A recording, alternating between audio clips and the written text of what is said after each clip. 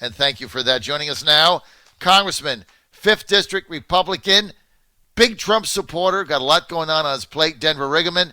Denver, thanks for being with us again today. Good morning. Great to be here. Okay, Democratic debate. I know you couldn't help but watch some of it. You had to. Everybody did. It was so good last night. I know you were peeking in on it a little bit. What's your take? Well, I mean, you look at what was said on that debate stage, and everybody was trying to claim the winner was Elizabeth Warren. I started laughing, and maybe she was, but that's, it's funny. It's like if you're the best on the JV team, I guess that's fantastic for you. And that's it's yeah, great. And by the way, if it's Bernie Sanders or Elizabeth Warren as the nominee, I got to tell you, you could probably not write a better script for the president taking back the White House or keeping the White House. And I'll say this, you couldn't write a better script for the House of Representatives, possibly turning back to the Republican side, because they're such awful candidates on the national level. Well, listen, Bernie has tripled down on this socialism thing. Last time when he ran against Clinton, he was a Democratic socialist, I guess I kind of remember the Medicare for All, and that was the centerpiece of his campaign. But now, I mean, every position he's taking is a socialist / government takeover of the economy position, and he's defending it, and he's selling it, and he's unabashed about it. Like there's no hidden agenda here. It is, I mean, you have to say this for Bernie, Denver. There's an authenticity there. I mean, he believes in what he believes. He went to the USSR in Moscow for his honeymoon. Could you imagine getting married to your wife on your honeymoon? I don't know where you went on your honeymoon, but could you imagine saying to your wife, hey, once we get married, here's what we're going to do. We're going to go to the Soviet Union, and we're going to go to Moscow, and we're going to celebrate communism during our honeymoon. And guess what we got tonight, honey? We got the Lenin Suite, and I'm just so excited about it. And it's really funny because it's great because the bed is only a single bed, so I'll sleep on the floor, and tomorrow morning we get bread and water for breakfast, complimentary though. It's amazing to me. It's amazing to me what we're doing right now, what Americans are looking at. And by the way, I think Bernie's the front runner, John. I mean, I know that me and you, right, we have IQs above moron, so we understand that Bernie Sanders might be the worst thing to happen to this country since we can remember. I mean, he would be a disaster as a president. His policies would just completely, really, it would annihilate the American economy. And I just find it amazing that people would even pull a lever for that guy. He's obviously never done anything in his life besides run for office and lived off the American taxpayer dollars that he so much wants to extort. Well, there were a couple of great lines in that debate. First of all, you're right. Second of all, I still think he's going to be the nominee, and I think he's going to win on the first ballot. If you project ahead on Super Tuesday with his polling numbers now, he's going to win 42, 43, 44% of the delegates. Sure he will. And he's going to have an insurmountable lead. Nobody's going to beat him. He's going to be the nominee, and it is what it is. I believe that. One of the best lines last night was Bloomberg had two good lines. One, he said, nobody up here has anybody up here ever like run a company or started a company or owned a business? Like no hands went up. Right. And then Bernie was like, well, I was a carpenter for a few months until I became mayor of Burlington was the first job I ever had. So none of these people have ever done anything. No. It was just incredible. And the only person you can really say did anything, and by the way, looking at his intelligence analysis of foreign policy lately, you didn't think Buttigieg was ever an intelligence officer. It's pretty pathetic. And, I had 26 years of combined experience. I don't know what that guy did. I mean, and that's the interesting thing you got, that he had some military service, but he's 37 and in politics. And that should be a warning bell for anybody about the quality of people running for office right now. Well, he is young, but I thought he won the debate last night because he took out Klobuchar and really exposed her for the empty suit she is. I mean, and that whole line on who the president of Mexico is when she sits on the Foreign Relations Committee and she's on the. How would you not know who Obrador is? She's on the Mexico Policy Subcommittee. That's what she chairs. Yeah. I got to tell you, I actually thought that there was a joke going on, that you have to know that. I mean, listen, I guess I'm fortunate because I've been in the business a long time on the intelligence side, military side, but you have to know who the people are around us. And one of those might be the Mexican president, I would think. I don't know, maybe it's me. And it's possible that nobody cares anymore about. And you know who's really sad this morning, or who's really sad about this? Who? Poor Andres Obrador. He's all sad today. He doesn't know what to do. He's like, I thought people knew who I was. I better do something. So, yeah, it's just pretty amazing she didn't know that. Well, she sits on the committee that manages Mexico. That's what's the. I know. That's what Pete said. He's like, it's like I could get it if you're on like Judiciary and Energy and Commerce. You're on the Foreign Relations Committee and you chair this. You chair the subcommittee of Mexico policy. You don't even know the guy's name. And you talk about getting into the arena. What the hell arena are you in? Yeah, didn't she say something like, "Aren't you calling me dumb" or something like that? Oh yeah, that just backfired because that was like he never said that. He's like, just say, look, I thought it was a fair attack because she kept saying you got to get in the arena, you got to get in the arena, and he's like, okay, well, you run the subcommittee and you can't even tell the Mexican government. I mean, what arena? That's right. It's a joke. I thought Pete just crushed your lesson. All right, let's get to the Department of Justice, and now we've got the Democrats want to impeach Barr, I guess, and get him to resign, saying that the president is now overstepping his bounds, weighing into judicial matters. Republicans have defended him, Denver, but a lot of people are uncomfortable with the president weighing in on judicial matters as they're in process. What say you? Yeah, I get uncomfortable with that too at times, and I know A.G. Barr, and I've been with him in the same room with the president, by the way. So to say that these individuals don't get along is ridiculous. The press is going to play that up also, John, and that's the issue you have too, is that the press wants to make this into a drama. In the next week or two, this won't be. I think the AG will talk to the president. I think they'll come to an understanding. Sometimes the president gets angry, and the AG, listen, he is a very well-spoken and soft-spoken individual. Almost the Teddy Roosevelt mantra, right? It's to walk softly and carry a big stick. That's A.G. Barr. But he's a pretty strong guy and a strong personality.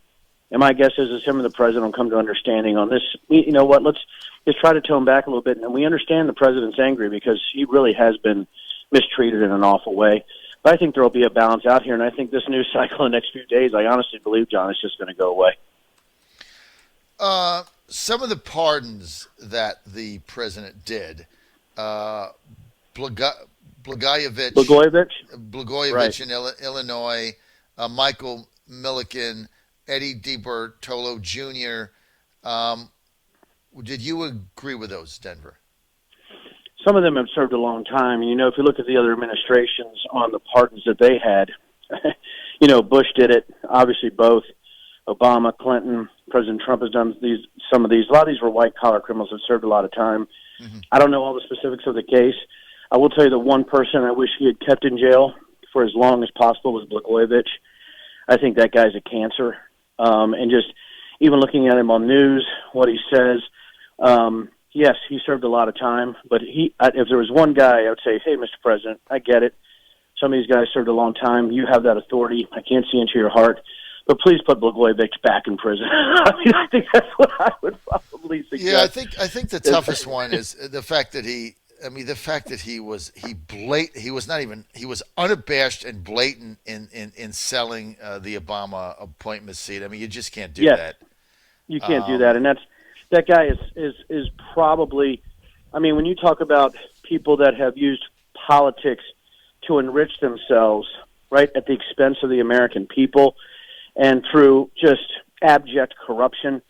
Blagojevich is the poster child for that. It should be in the dictionary when you look up corruption. It should say Blagojevich, and But listen, it's everywhere, and I'm going through it myself.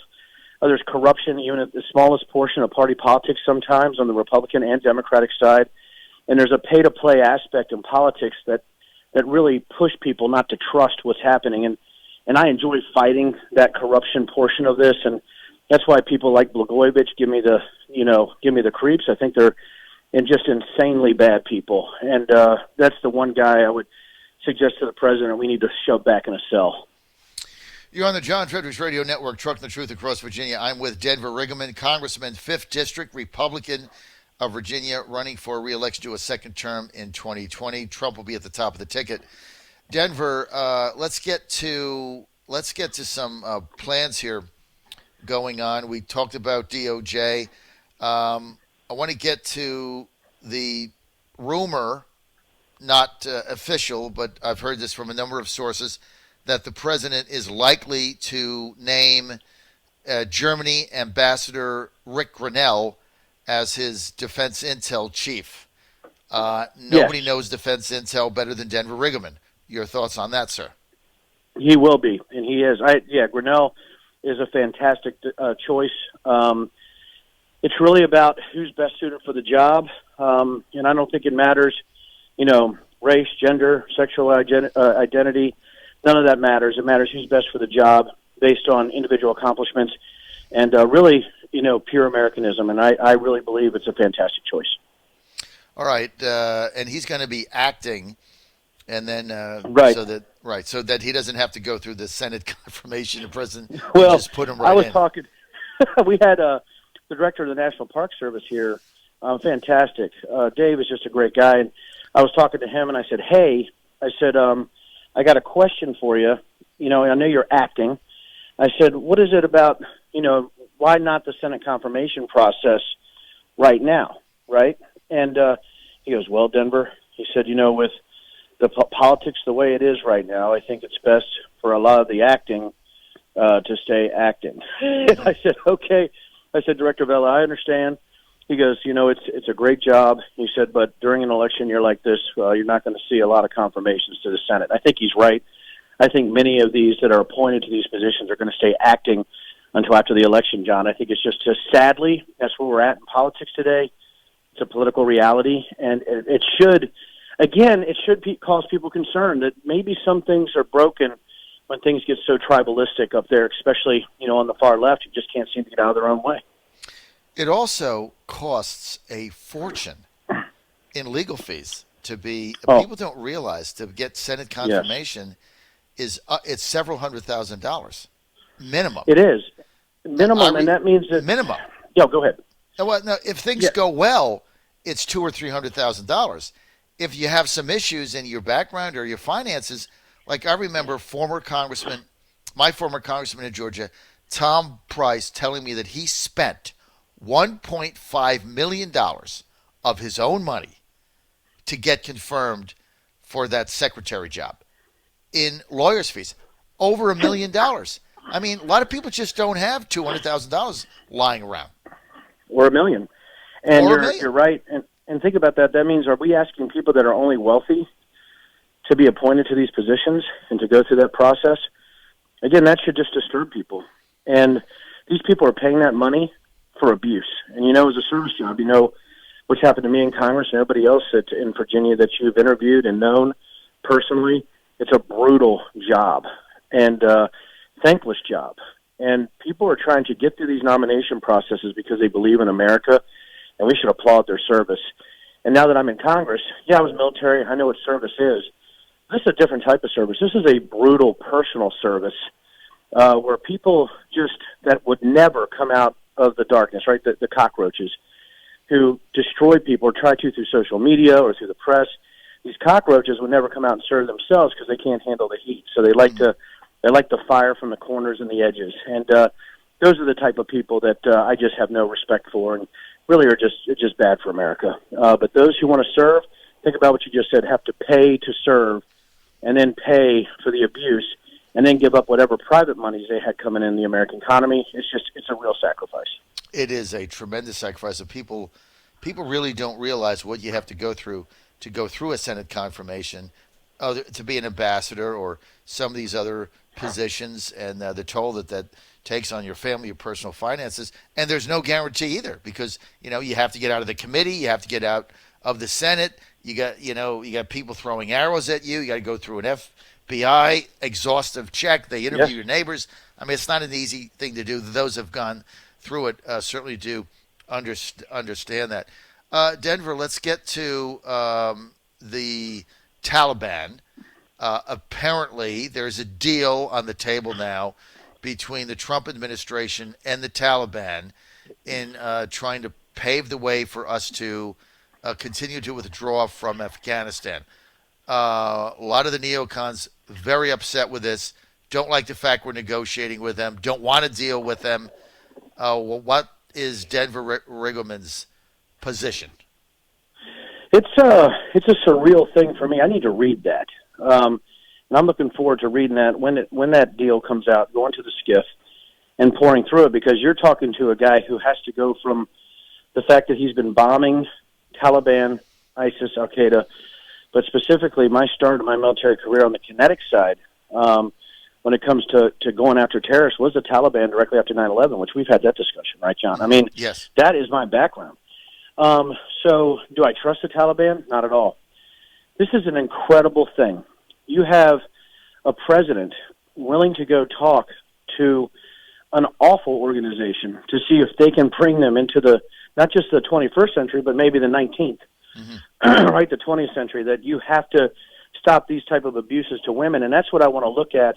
Not only their terrorism, the way that they treat the populace, but how do they treat women? And I think any agreement has to be incredibly explicit on protecting women's rights, because the Taliban, I got to see the intelligence on this and the way that they treat women specifically, and yes, men, it's awful, but how women are treated in that society is absolutely despicable. And there has to be strong protections on women in that agreement, and I could probably give you a better breakdown analytically once I read the agreement, but I think that's the thing I'll be looking at, because the things that I witnessed and saw are pretty heinous. So I'd like to see, what that agreement actually says with regards to not only their activities in terrorism, but also how they treat women and children in their society. Denver, give us a couple of examples when you said you did the intel on how the Taliban does treat their women that you can say on the air without compromising anything. Give us some examples of that. Sure. The worst I saw were the public hangings of women. If they cross certain types of lines on dress, behavior, or even if they were, condemned for something they might not have done. To see, the actual photos of public hangings of women, maybe because just they didn't dress correctly, or the stonings of women, was horrific. And I think that's what people need to understand, that if the Taliban agree that this behavior is just despicable and moral, cannot be done, and if we have punitive actions against them for any behavior like that, I can see where we might give it a chance to save American lives, right? That's the balance, right? Mm-hmm. American lives in wars that have been going on for a long time. But when you see, it is hard, even in a professional environment, to see women hanging from trees as you're going through intelligence files. And that's why when I talk about this, like I talk about going against terrorists, there's a lot of layers to it. And a lot of people, Terry, who've seen these things, you don't even really have to define them as neocons. Many of these people have just seen awful things that the Taliban have done. Mm-hmm. And that's why we need to read that agreement and make sure there's punitive activities or actions against the Taliban for any type of heinous behavior against women, minorities, anything of that nature. And as you know, it even goes to sexual preference. It goes to religion. What have they done to Christians? I mean, goodness gracious, John, I could go on and on. A lot of us want to get out of there. There just never seems to be a pathway out. It's difficult. And if that pathway means that the Taliban change their ways in some way when it comes to treating ethnic minorities, those with different sexual preferences, specifically women and children also, if we can get them out of that heinous behavior against individual liberties, maybe there's a chance. And maybe that's what the president is looking at. And this agreement could be pretty defined in that arena. And I hope it is. All right. We're out of time for this segment. I want to thank Congressman 5th District Denver Riggleman for being with us in Denver.